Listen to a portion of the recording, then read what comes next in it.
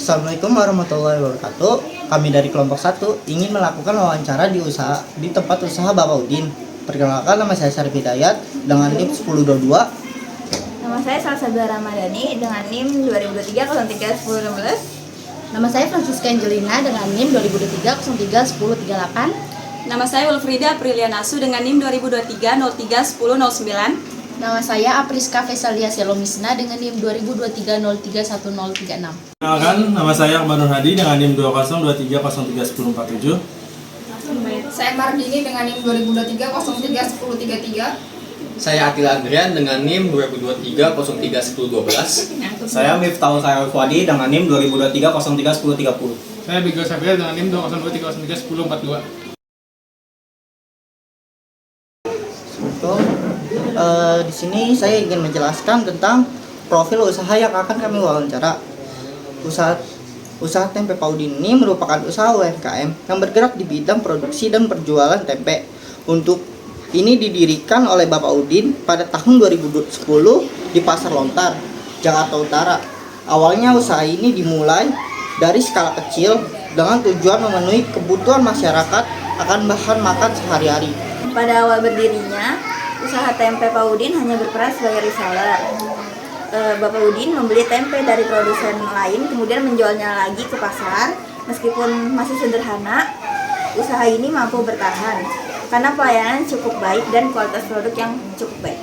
Selanjutnya, seiring berjalannya waktu, usaha ini mengalami perkembangan yang cukup pesat. Jumlah pelanggan semakin bertambah dan permintaan pasar terhadap tempe terus meningkat.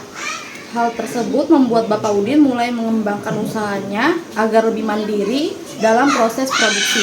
Pada tahun 2018, Bapak Udin berhasil membangun rumah produksi tempe sendiri. Dengan adanya rumah produksi tersebut, proses pembuatan tempe dapat dilakukan secara lebih terkontrol sehingga kualitas dan jumlah produksi menjadi lebih terjamin. Hal ini juga membantu meningkatkan keuntungan usaha. Berkat kerja keras dan perkembangan usaha yang konsisten, usaha tempe Pak Udin kini semakin dikenal masyarakat. Saat ini, usaha tersebut telah memiliki lapak di 2 pasar di Jakarta Utara, yaitu Pasar Kaget dan Pasar Belimbing. Keberhasilan ini menunjukkan bahwa usaha kecil dapat berkembang menjadi usaha yang lebih besar apabila dikelola dengan baik.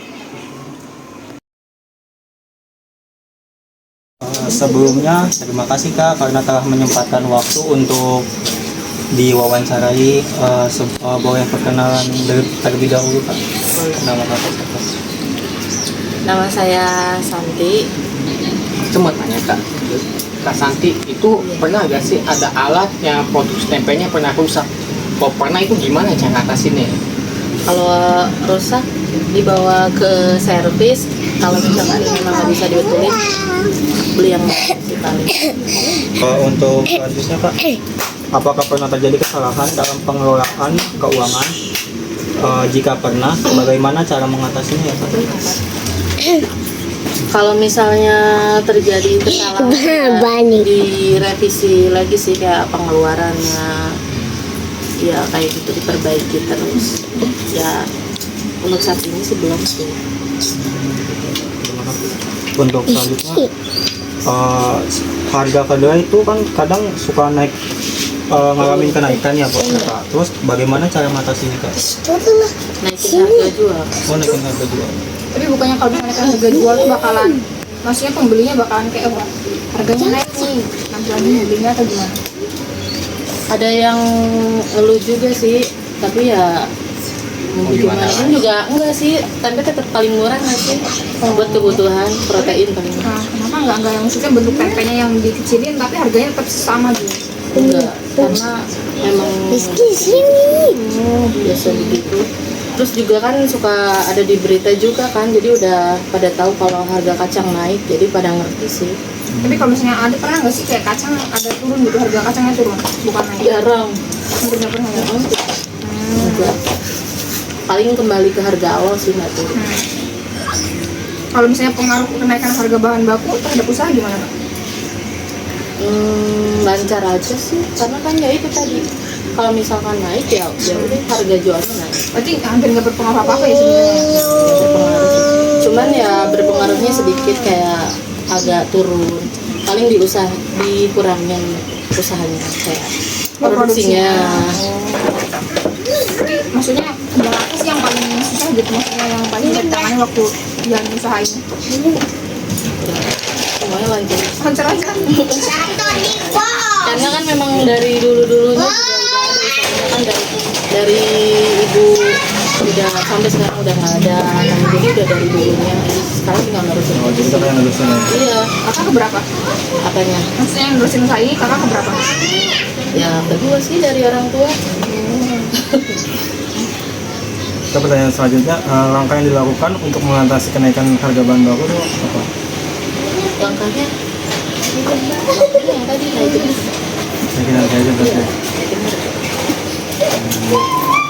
Ya, pertanyaan terakhirnya itu ada apa sih kunci utama agar usaha tahu tempe itu tetap bisa bertahan lama? Konsisten kualitasnya dijaga, terus ya gitu, terus cara penjualannya juga gitu aja sih. Terus kan banyak nih di pasar tuh kan, bukan kakak aja kan yang jualan. Saingan. Iya. Terus persaingannya gimana? Kan ada tuh pasti yang jual kayak harganya lebih murah. Oh, ya namanya di pasar ya, bukan Iya sih, tukang ya. tempe doang yang saingan. Semuanya Banyak ya, pasti semuanya bersaingan. Jadi ya berjalan kayak biasa aja. Memang kalau udah ada langganan juga kayak mereka udah tahu kok. Yang penting ya tadi kualitasnya jangan sampai jelek aja. Jadinya kita bertahan usahanya sampai sekarang. Yang dijual tahu tempe atau Tahu, tempe, oncom, terus lontong juga produksi sendiri. kalau misalnya tahu tempe itu cuma jual tahu tempe aja nggak, maksudnya udah diolah lagi gitu apa gitu baru dijual, kan harganya bisa lebih.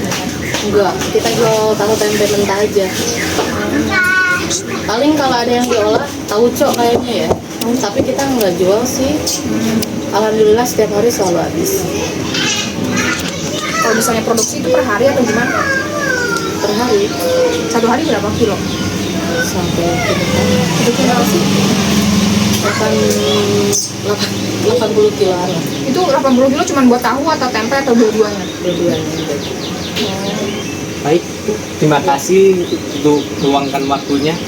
Ya, masalah.